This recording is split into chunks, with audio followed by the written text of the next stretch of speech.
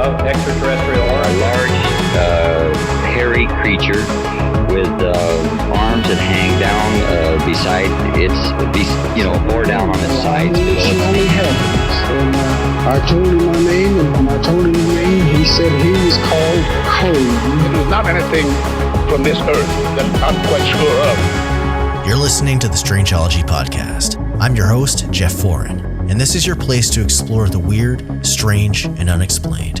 From cryptids and creatures, the paranormal, aliens and UFOs, forbidden knowledge, ancient mysteries, conspiracies, and more. All right, folks, welcome back to the Strangeology Podcast. And as always, thank you for tuning in and also for bearing with me this year, really in general. I was hoping to get this one out last week, but preparations for Squonkapalooza was the top priority, and I didn't have time to finish editing this one. I've been burning the midnight oil to keep this ship running, as it's been tough to keep a consistent schedule with production and all that this year with home renovations and everything else I have going on. But I appreciate your patience as always. I'm really doing my best to keep the content rolling out there for you. That said, I want to give a huge shout out to everyone who came out to Squonkapalooza this past weekend in Johnstown, PA. This year's event was a great time, and it was held in, I'd say, a cooler spot than the park that it was in last year.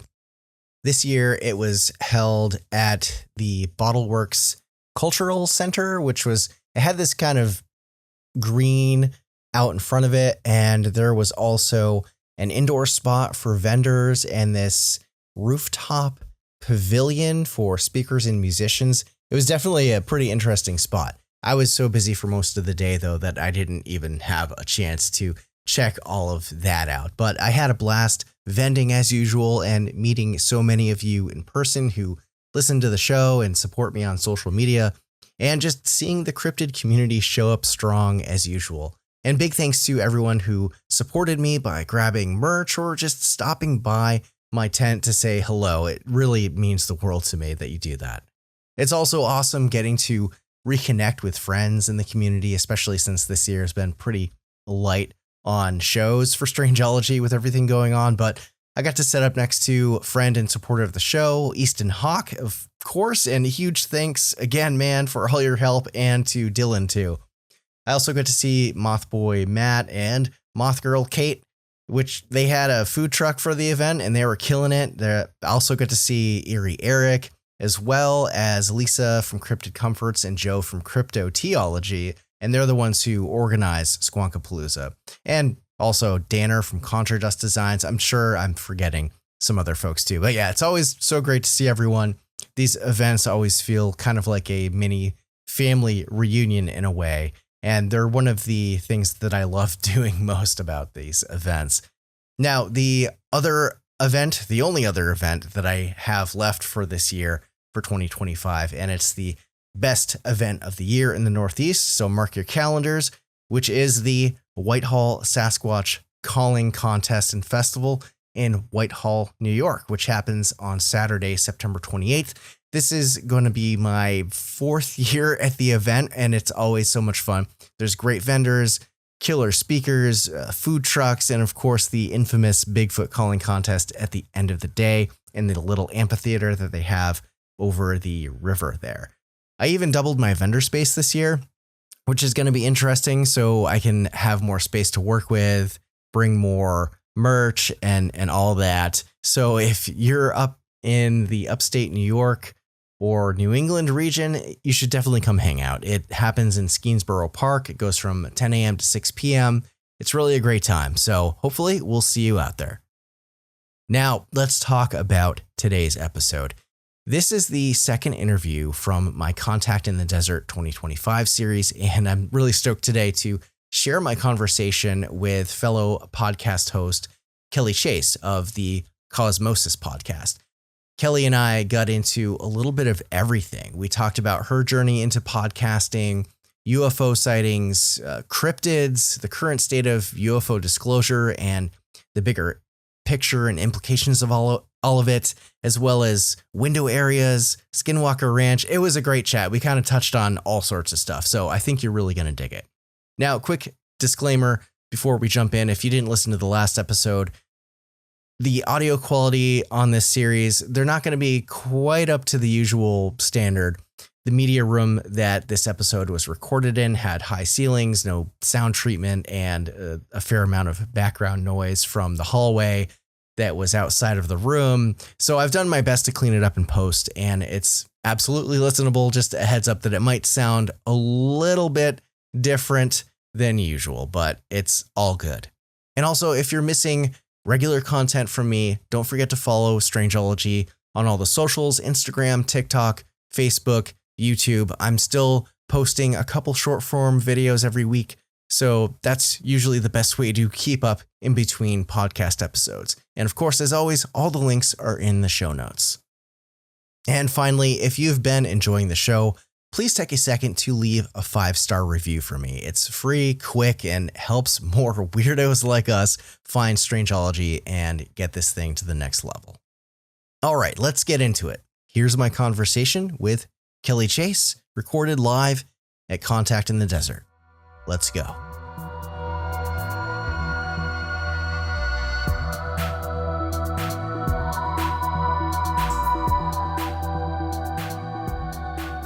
All right, welcome back, everyone, to the show today. My guest for this episode, this edition of Strangeology, is Kelly Chase of the Cosmosis Podcast. She's a researcher, a writer, and recently the show used to be called the UFO Rabbit Hole, and now it's been renamed and still kind of doing the same thing, but working on deep dives into mysteries of UFOs, consciousness, the hidden nature of reality, and looking into the history, the science, the mythology, and all of that. So her show's become a go-to for many people who are seeking not just answers, but better questions as well. So we're going to explore her exploration and evolution of her journey and finding the answers and the deeper meaning behind all the high strangeness that surrounds our world on a daily basis. So what's your origin story? Like, how did you get into all this stuff? What propelled you into the world of UFOs, Kelly? I ask myself that a lot on weekends like these. First of all, thanks for having me on the show, Jeff. It's really great to be here. So about 4 years ago, almost exactly, we were kind of coming out of the pandemic, and my family was getting ready to go on a big vacation together to the Outer Banks of North Carolina, which had been a place where when I was a kid, I saw a UFO. And I'd never forgotten it, but I didn't really know what to do with that information, and no one believed me when I told them. And so it was something that I just always sort of kept in the back of my mind and didn't really know what to do with. And right around that same time, it was right before the first UAP report came out. And so suddenly, there was stuff on 60 Minutes and there was stuff in the news. And I hadn't really paid attention in 2017 when things were happening. But in 2021, for some reason, that broke through the noise to me. And I just happened to be going to some place where I had seen a UFO as a kid. I'm terrible at taking time off. I'm a hardcore workaholic, and it's not cute. But I'm really bad at taking time. And so I thought, what am I going to do for this week while we're at the beach? And I said, you know what? I'm going to get to the bottom of this UFO thing. And I obviously did not get to the bottom of it. But during that week, what I saw was that there was enough evidence there that something really, really strange was going on, and that I did not understand it. And it just opened up this whole world for me. And I've sort of got obsessed, and I haven't been able to walk away. Yeah. Can I ask, what exactly did this UFO look like? Was it doing any kind of strange maneuvers? Was it just sitting there? What happened? So I was sitting outside one night on the deck. We had this beachfront house. I was maybe 13 years old. And I really liked sitting out on the deck at nights because I could see the stars, because I grew up a suburban girl, and you're used to kind of, seeing 3 stars. And I would get very excited for how many stars you could see out there. So I was out one night looking at the stars, and I had this thought that I had never had before and have honestly never had since. It was a very loud thought that was like, if you look up right now, you'll see a UFO.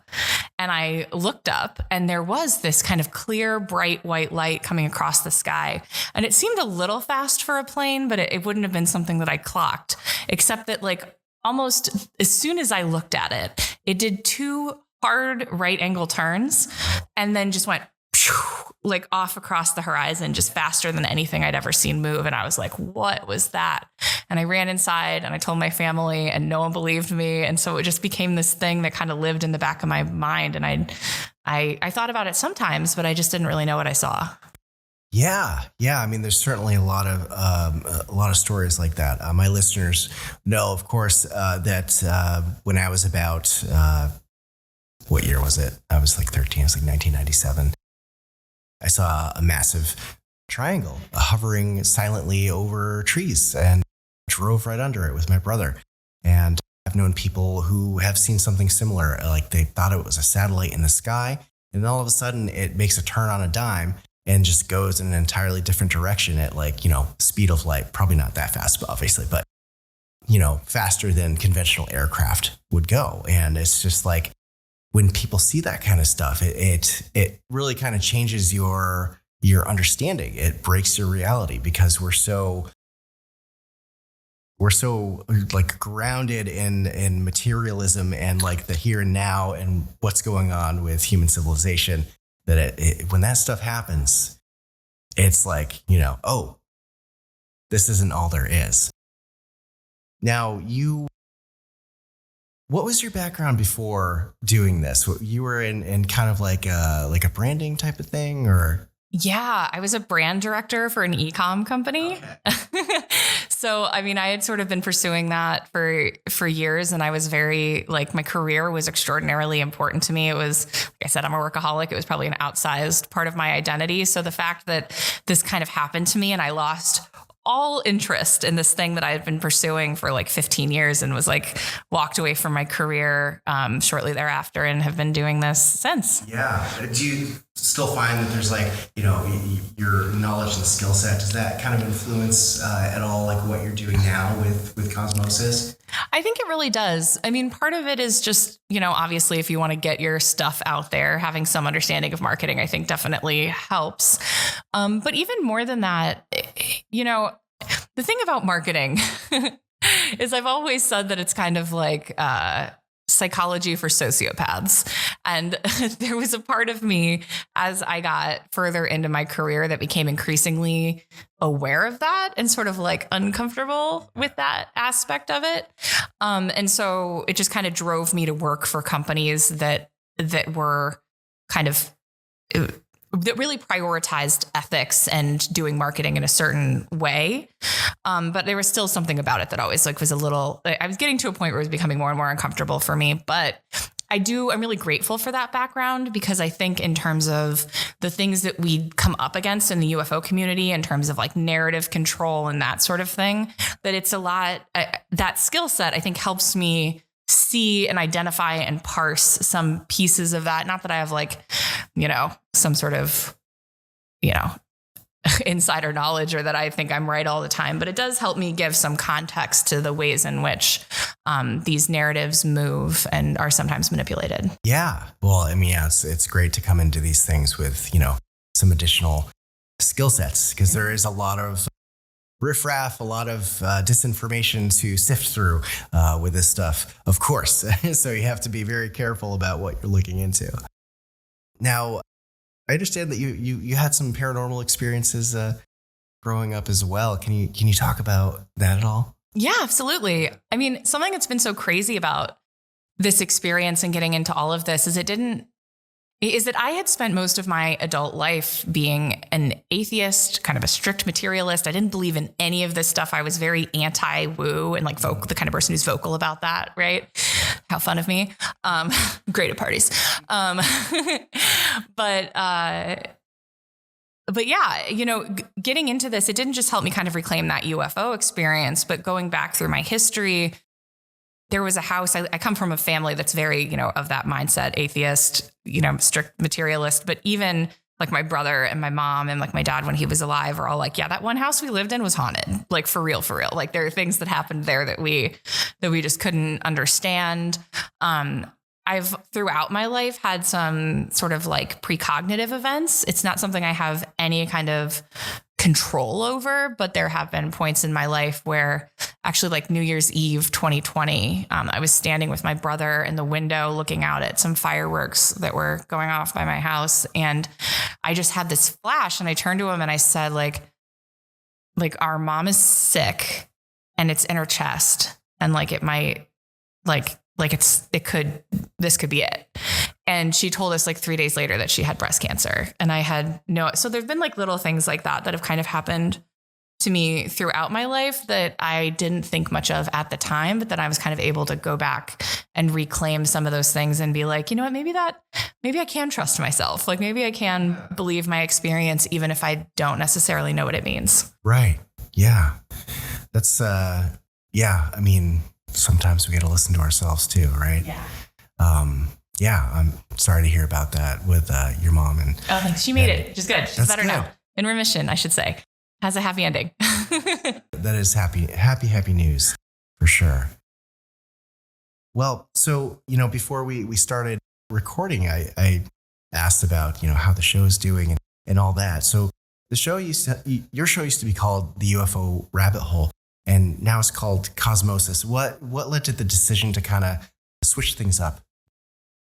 Yeah, I mean, the UFO Rabbit Hole, I love the UFO Rabbit Hole so much. It has such a huge piece of my heart. And what the UFO Rabbit Hole really was me documenting my own journey down the rabbit hole of being like, oh crap, UFOs I think are real, but I don't know what that means. It's far more complicated than I thought. And so it was kind of me documenting my own journey of questioning and research and all of that. And that was really special. But I also think that at a certain point, I kind of like outgrew it structurally and conceptually. I had joked for a while that it was a UFO podcast where I never talked about UFOs. It was always kind of I was kind of getting pulled in all of these different directions in terms of anomalous experience and consciousness and the occult and like all of these other threads that are inevitably kind of tied up in this. And I spent 2024 working on a docuseries called Cosmosis, UFOs in a New Reality, which people can find at cosmosis.media. It's on Amazon Prime and Apple TV. Sorry, shameless plug. And I did that with my best friend, J. Christopher King. I swear I know his name. He's my best friend, who is the co-founder and director of the Experiencer Group. And also a really talented filmmaker. And so we worked on that in 2024 together. And I think that just the process of making that show and being out in the field and doing more and more research really just kind of brought home to me that I was kind of out of the research phase of all of this and that I was ready to dive deeper, do more field work, do more inquiry. And the UFO Rabbit Hole just wasn't quite the right container for that anymore. And so we decided to do Cosmosis. And because I work with Jay so much, and I mean, I talk to Jay multiple times a day and we're constantly working together, it kind of didn't make sense for me to totally be solo anymore because that's not really how I was working. So yeah. Gotcha.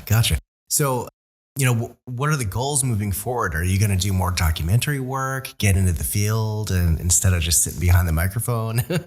Yeah. So I think we're definitely moving more towards a video format, which in some ways is like not where I'm most comfortable. I'm really a writer in my soul.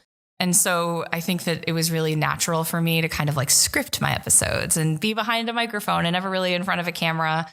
And, seeking out that kind of attention, it seems counterintuitive because it's everything that's not where I'm most comfortable all the time. But, as the world evolves, I think that we're seeing that like video is more and more important. And so I'm doing a lot more field work over the next year. There's a couple different stories that Jay and I are pursuing and the cameras are coming along. So can you talk about any of the cases that you're looking into for this, or is it still kind of hush hush? It is actually a little bit hush hush, and there's some really, really exciting stuff that's coming up. I can say that it's a lot of it's based in sort of like Appalachia. And I'm from Northeast Ohio and which is not quite Appalachia, obviously, but I have a lot of family that lives in Appalachia. And I've always been really intrigued by kind of like the lore and the history and all the cryptids and all of that in that area. So I think it's a really rich place to kind of do some field research. Oh, absolutely. Yeah. I mean, I've had so many people on the show before talking about that region of the country, and there's a lot of high strangeness going on there for sure. So that'll be really exciting. I can't wait to see what you come up with for that. Now, as far as like the research and all that, do you feel like there's any kind of tension between like staying grounded or embracing more of like the metaphysical, like the woo aspect of like what's going on? You know, how do you feel about that? Oh gosh, that's just like the constant battle, isn't it? Because you can get kind of swept up in it. And I mean, I don't have to tell you, your show is literally called Strangeology. The strange starts taking over your life and it starts infiltrating every part of it. And I think it's really easy to kind of go from this place where like, I felt like I went from this place where I believed in nothing, and it didn't happen overnight. There was like a progression, but within like a couple of years, I was like, sure. Bigfoot. Absolutely. Reptilians. Sure. Mantids, get in here. Like I'm here to at least consider everything. But staying grounded is still really important. Like touching grass, you know, having people in your life where like, this isn't the only thing that you talk about, because it can be really all consuming. My friend, Joshua Cutchin, phenomenal author of, you know, Josh, oh, you should. He's so brilliant. And he wrote Ecology of Souls. And then he just had a book come out called Fourth Wall Phantoms. And I was interviewing him for Whitley Strieber's show Dreamland that I guest host on once a month. And he was just coming out of the process of writing Fourth Wall Phantoms. And he was literally saying, like, I need to ground. Like things have gotten I went too deep with this one, and it's time to come back. And I think like that just becomes something you get used to in this field, is like knowing when to reel yourself back in and just like get back to normal consensus reality for a minute. Right. So like you've touched on like the idea that some mysteries are meant to remain unsolved throughout your stuff. How do you determine when to keep pursuing, keep digging into more information, or when you call it good, when you're like, let's not go any further and just sit with it? That's such a great question. I mean, I think something that's so important in this work is, number one, just intellectual humility, the ability to like understand what you know and what you don't know. You know, like I was just doing a talk and someone asked me a really brilliant question about AI. And I was like, what a fantastic question. I don't really know anything about AI. You know what I mean? And so I think, knowing what you know, knowing what you don't know, but also recognizing kind of like the limits of our own knowledge. Like some of those limits are individual, but some of those limitations are, structural. They're a part of our reality, or they're a part of our scientific paradigms have only advanced so far. And so I think just knowing where those lines are and being aware of them, but at the same time, what I will say, though, is I don't think that should stop our inquiry. I think that there is a true value to striving towards answers, even if you're like relatively convinced that you're going to die without getting them.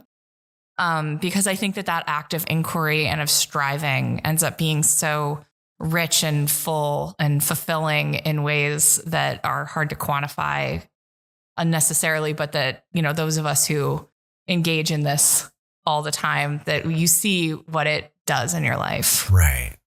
Yeah. Oh, that's fair enough for sure. Yeah. So as far as the UFO phenomenon and all the high strangeness, have you looked into like going back through mythology and history? Do you have any thoughts on that? Because I've found that the more that I look into this phenomenon, it goes back so far into our legends and folklore.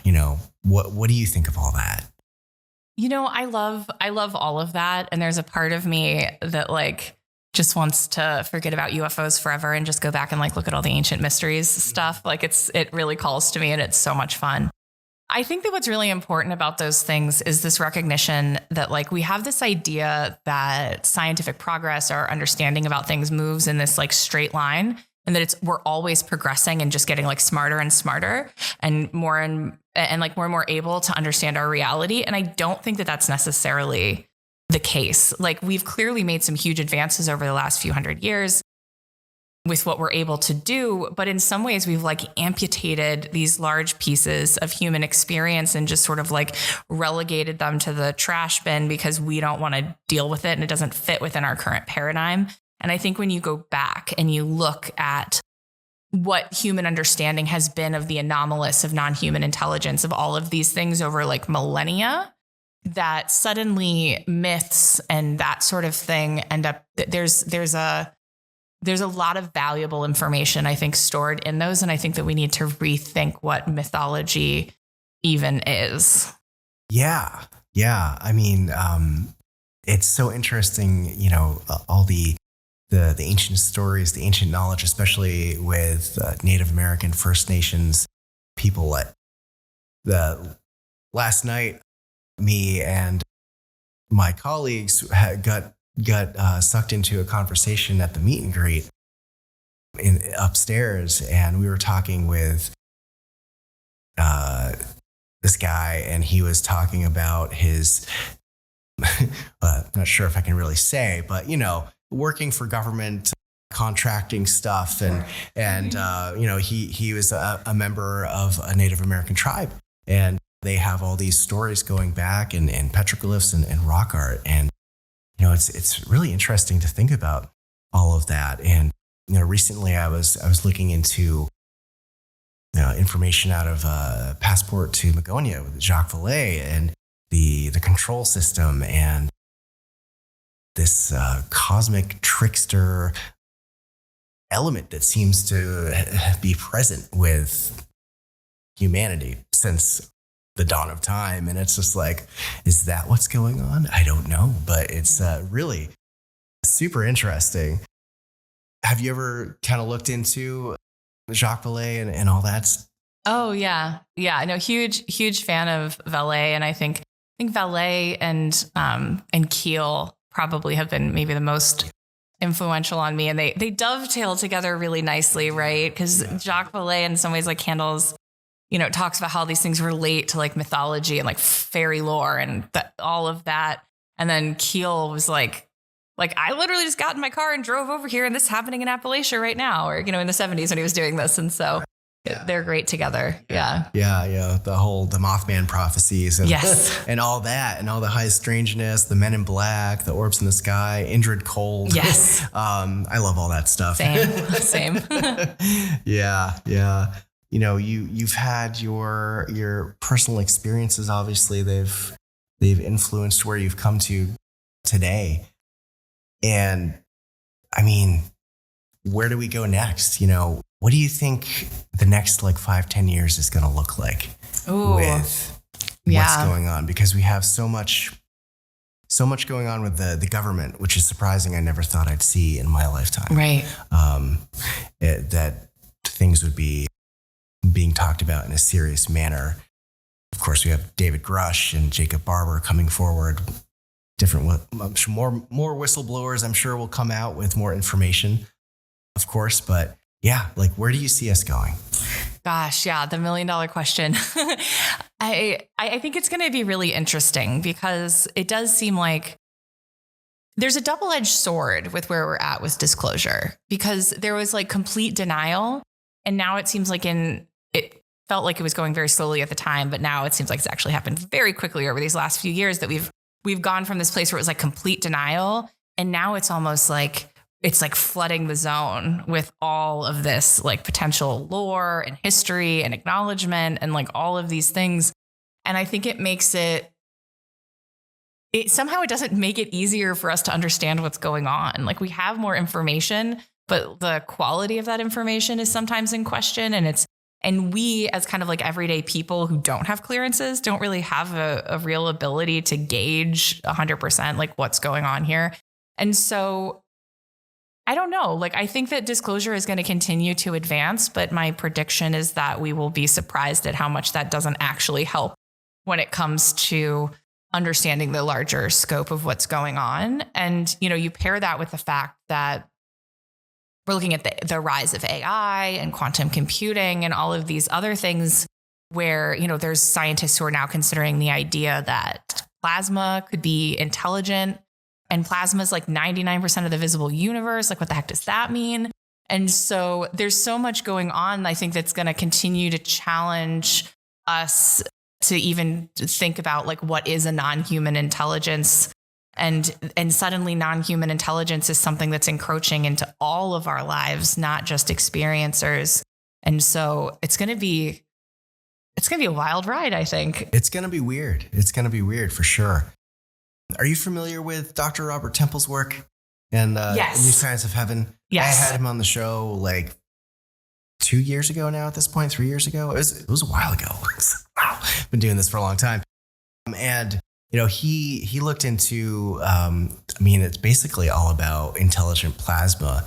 And a big part of that book that he wrote was like the Kordaluski clouds, which are in the Lagrange points around Earth. And the idea that it's this non-human intelligence that like comes down, influences us, maybe like our essence, our soul, whatever you want to call it, could like recycle out there and back for like reincarnation cycles and stuff like that. It's just like, whoa, what's going on with that? I'm obsessed. I love it so much. No, Robert Temple's really, I think I'm going to get a chance to meet him in the UK in July, and I'm really looking forward to that. But his book is brilliant. I think just in terms of like thinking things through on a speculative level, who knows if it all turns out to be true, but I think it's so valuable to think through those things and tying it back like we were talking about with mythology. If there's these two giant, like very ancient plasma clouds, right, that are circling the earth, and that plasma might have more to do with life and consciousness than we ever imagined. Like, what about all of those ancient myths, like going back to the, Anunnaki, where you've got like two brothers, and like you've got, these deities, these kind of like dual deities, right? Like, is that where that comes from? Yeah. Yeah. And also thinking back to petroglyphs, and I can't remember the name of it, but there's these petroglyphs that look like kind of like a plasma burst in the sky. Mm-hmm. It's almost like an anthropomorphic shape, but it has like these like tendrils coming off of it. Like, what were these ancient people seeing? And it's really wild to think about. Yes. Yeah. Plasma is the future, I think. I think we're going to learn a lot from that. Absolutely. I wasn't expecting us to get into plasma, but I'm always ready to get into plasma. That's great. This is plasmology now. No. Plasmology. I love it. Might as well rebrand. We're 5 years in. Do you have like a favorite case that you've looked into so far? Oh gosh, what a great question. A case that's really near and dear to my heart is actually one that it sounds so like self-grandizing because we put it in our show, but it was there's a show in our show, Cosmosis. There's an experiencer named Courtney LaFall, and it was his first time coming forward. And he came to me. He was actually one of my very first listeners to the podcast. He was like one of the first people that ever reached out to me. And I just had this feeling about him that there was something there, that there was something in his story that I wanted to hear. And it took him a long time to tell it to me. But through this series of synchronicities that kind of kept bringing us back together and connecting what was going on with him to the work that I was doing, we ended up talking more and more. We ended up having him in the show. And what's so incredible, Courtney is definitely what you would call like a super experiencer, like Whitley Strieber or Chris Bledsoe. Like his experiences are, and the depth and the breadth and the amount to which they kind of integrate into his life is really on that level. Like it's something, and in his whole family. Like, I think that's something I loved about it, is it's like, it's an intergenerational story. He's also African-American, which is something that, I think when we're dealing with the unknown, that we end up dealing with it with people who are kind of the most culturally adjacent to us, because we already struggle so much with the language and the concepts that it's hard to talk about it with somebody who's just dealing with a different like worldview or framework. But I think it's a weakness sometimes of the field that we don't branch out more. And Courtney's story, you know, a part of his, like his story involves, you know, communications from dead ancestors and, you know, UFO sightings and poltergeist and like all of the gamut of these things. But like the story that he told for our show in particular was about how this kind of series of dreams that his very young son, like toddler age son, was having ended up leading them to finding, because they'd been looking for it, finding and buying this ranch that had been the plantation on which his family had been enslaved, and that his grandmother had picked cotton during Jim Crow, and that they ended up through like these dreams from his son finding this land again and buying it. Now he owns it and his grandmother owns this property where their family had been enslaved. And I loved that story so much because it wasn't your typical, like it was a UFO show, but we were like, this isn't just a typical UFO story. We wanted to show how these things are interrelated and how there's all these different kinds of anomalous experience modalities that can happen to somebody that like overlap. And also how Courtney interpreted them. He's not just, you know, a Black man in America, but he's also like a very deeply Christian man. His faith is a big part of his life. And hearing how he interprets all of this, not through this kind of like ufological framework, but through more of his faith background. And I just think that like it's such a rich story.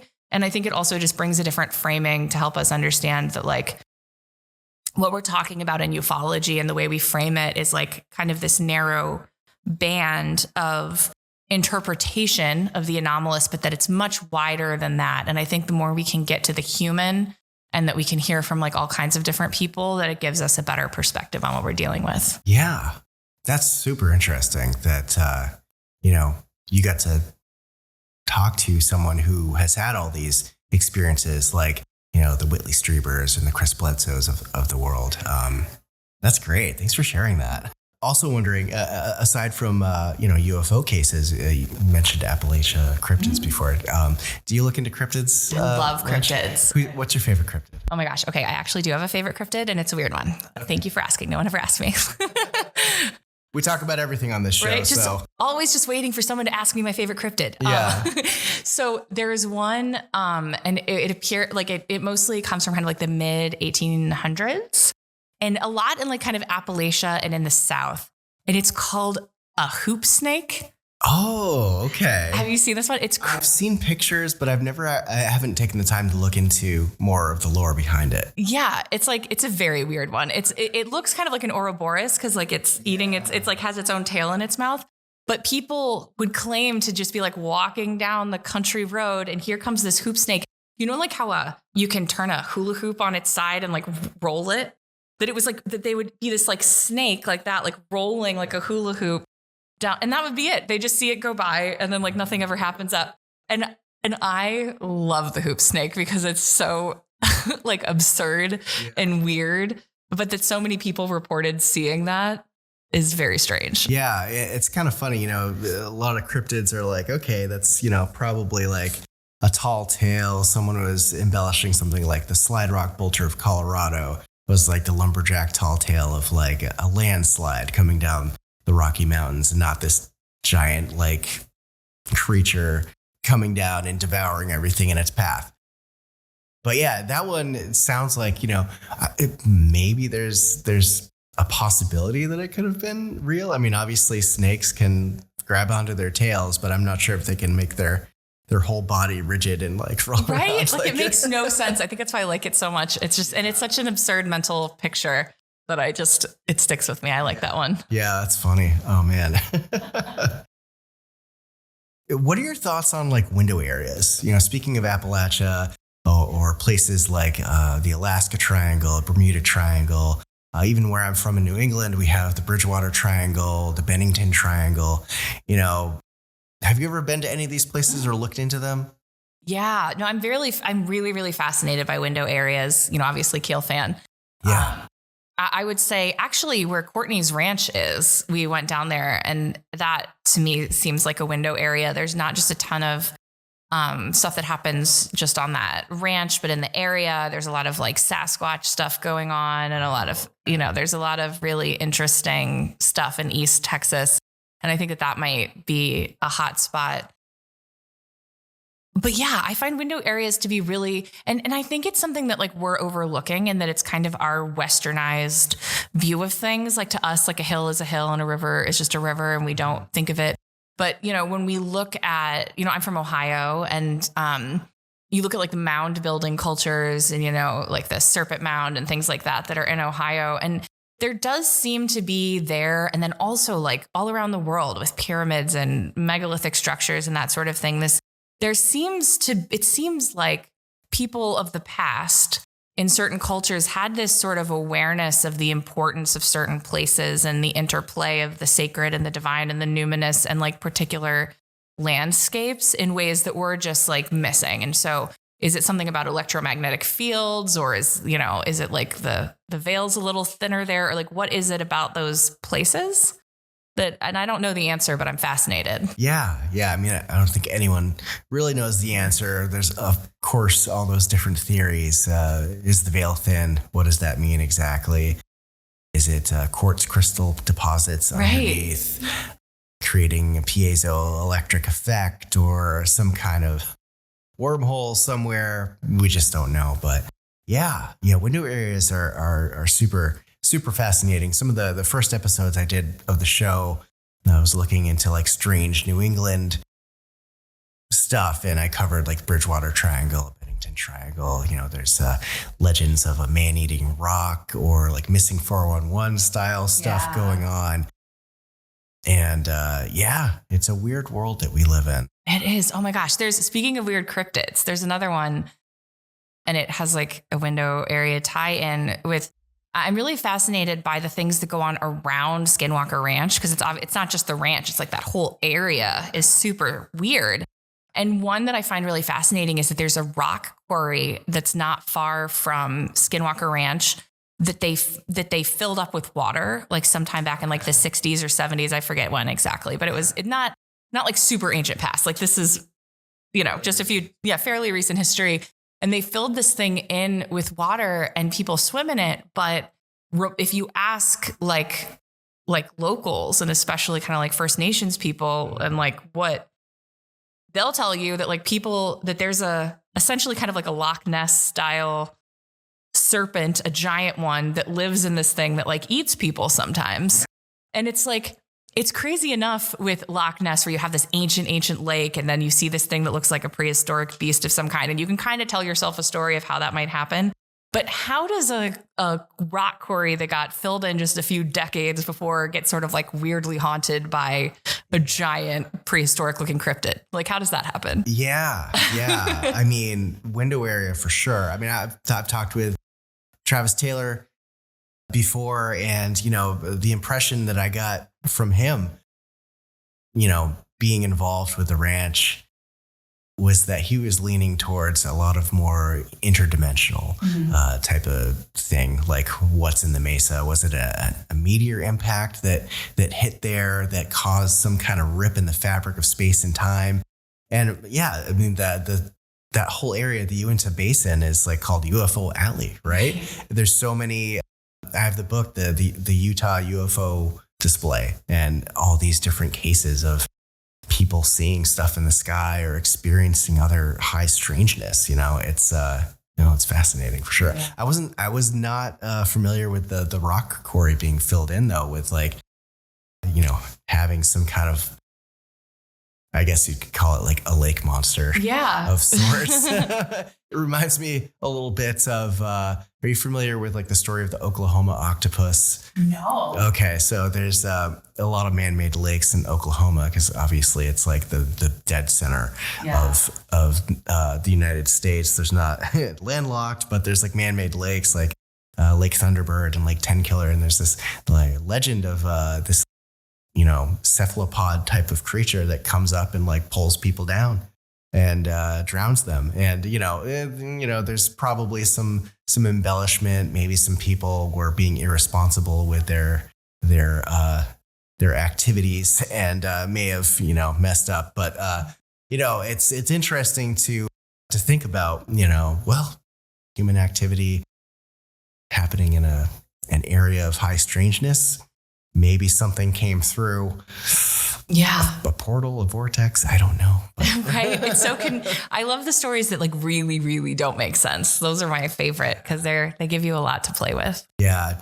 And the high strangeness is not limited to North America too. I mean, there's weird stuff happening all over the world. It's interesting. I see in like comments on videos that I post on social media, especially with UFO stuff, it's people commenting, why is this only in America?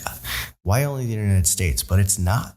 You look into stories and folklore from Southeast Asia, the Philippines, Africa. I mean, even Europe, of course, has all sorts of folklore.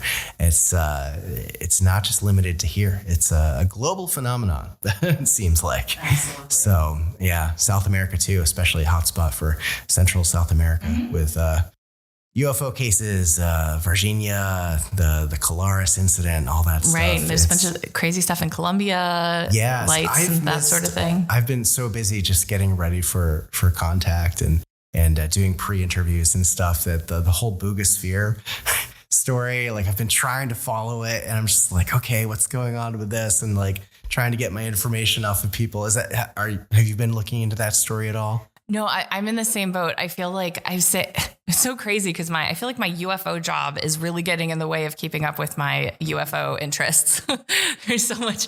I feel like I can barely keep up, and we're so used to that kind of like slow drip on the disclosure side that all of a sudden it's this fire hose, and I'm like, what am I even supposed to do with all this? Yeah. I keep seeing people. I think there's like some kind of thing where they're like, you can come down to Mexico and come check it out and like take video and investigate this thing. Cause I mean, they have like scientists working on this object. And of course there's people that are like, it looks like it's man-made.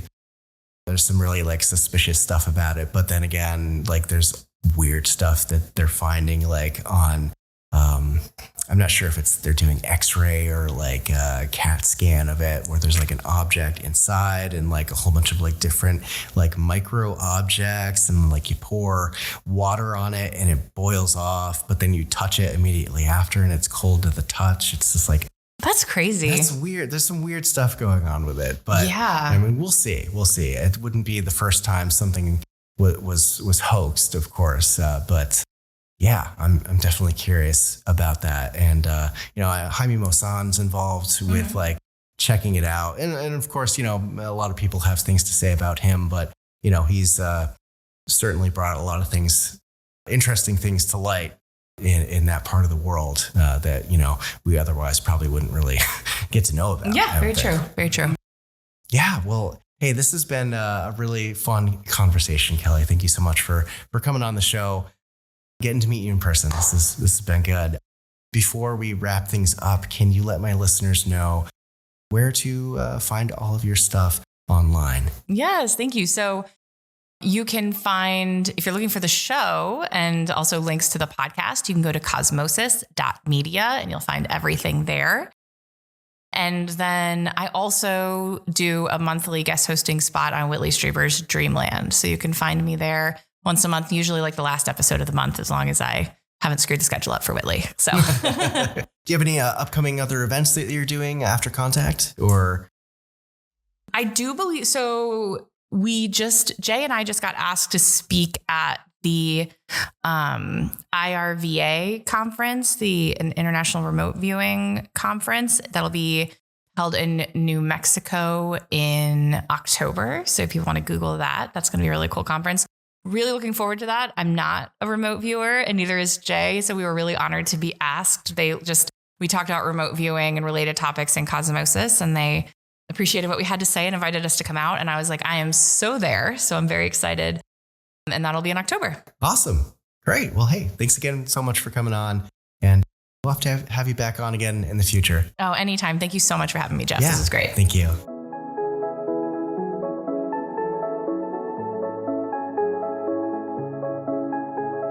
right, thanks again to Kelly Chase for coming on to the show and to the folks at Contact in the Desert for making this interview possible. I had a really great time chatting with Kelly, diving into her work with the Cosmosis Podcast, her thoughts on UFO sightings, cryptids, and the ever-evolving landscape of disclosure. These are the kind of conversations that really keep me inspired to keep pushing Strangeology forward, to get the stories out there, to find the truth about our mysterious world. Kelly's links will be in the show notes, of course, so definitely go give her a follow and make sure to check out her show. And hey, thank you to all of you out there for listening today and hanging out with me. Again, my name is Jeff, and this is the Strangeology Podcast. As always, I want to give a huge thank you out there to everyone who downloads, subscribes, shares the show with friends and family, and supports what I do. If you're watching on YouTube, liking, commenting, and subscribing helps more than you know. It boosts the signal so more curious minds can discover Strangeology. None of this would be possible without the support of listeners like you.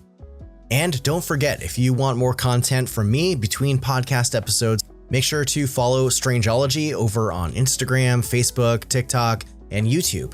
You can also find me on X, Threads, Blue Sky, and Substack, although I post there much less often. But if you want short form video content and whenever I do merch giveaways, you'll definitely want to follow me on Instagram and TikTok and Facebook and all that. So links will be in the show notes for all of that.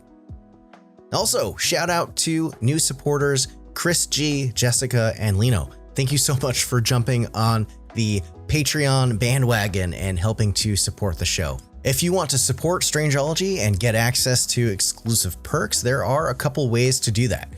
Number one, you can become a YouTube channel member for just under $5 a month, and that gets you access to early and ad-free episodes, as well as the bonus Strangeology Beyond segments. Or you can check me out on patreon.com/Strangeology, which offers multiple membership tiers with even more stuff, more perks. Over on Patreon, depending on the tier you choose, you'll get perks like early and ad-free access to all new episodes, videos, long-form content, as well as exclusive access to Strangeology Beyond, which sometimes covers an entirely different topic from the main show, or it's an extended guest interview. There's also a permanent 30% off merch discount to my Etsy shop, and exclusive member-only designs, behind-the-scenes content, voting power on future topics, and more. It's a great way to join a growing community of like-minded people who love exploring the strange and unexplained. And I appreciate every single member, and your support truly helps keep the lights on here at Strangeology HQ and fuels the content pipeline. So again, that's patreon.com/Strangeology. We'll see you there. And speaking of merch, don't forget to check out my shop over at strangeology.etsy.com. If you're into cryptids, aliens, ancient mysteries, and all things Fortean, I've got you covered with this. We've got designs on shirts, stickers, prints, and more. There's really something for everyone. I've added some awesome new sticker designs recently, as well as my Squonk shirt that I had that pretty much sold out at Squonkapalooza, but you can find it on the Etsy shop in all sorts of sizes, all sorts of different garments. And there's always more on the way, so keep checking back often for new designs. The links will be in the show notes, as always. All right, that's the show for today. Strangeology Beyond will be returning as soon as possible with more bonus content, so keep an eye out for that. I'm also uploading the Strangeology Beyond back catalog to my YouTube channel. I think I've got about 15 episodes up. I haven't had a lot of time to upload more, but there's more coming. If you want to sign up for a YouTube membership, that'll be available there. But until the next time, make sure to take care of yourselves and each other and keep it strange.